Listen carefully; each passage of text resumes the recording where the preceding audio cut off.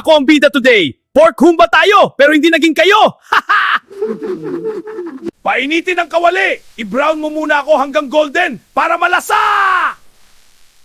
Isama mo na ako! Bawang muna para bumangong ang kusina at kasimbaw ng ex mo. Ha! Lagyan mo ng bay leaf at paminta pang level up ng amoy at lasa, gaya ng ex mong tinikman ka lang.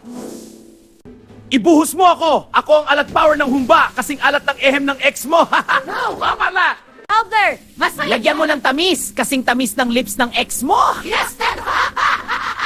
Takpan mo! Pakuluan mo ako sa low heat, palambutin ng pork, kasing lambot ng monay ng ex mo. Ha! Ilagay mo ako. Pero wag mo haluin agad, wag akong galawin, gaya ng paggalaw mo sa talong ng ex mo.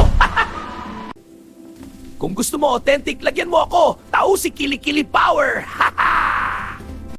Pakuluan mo pa hanggang kumapal ako, dyan lalabas ang tunay na humba magic, di tulad ng ex mo, nilabasan ka lang. Ganito ang pork humba malambot, matamis alat, ubos ang kanin, ubos din ang lakas ng ex mo.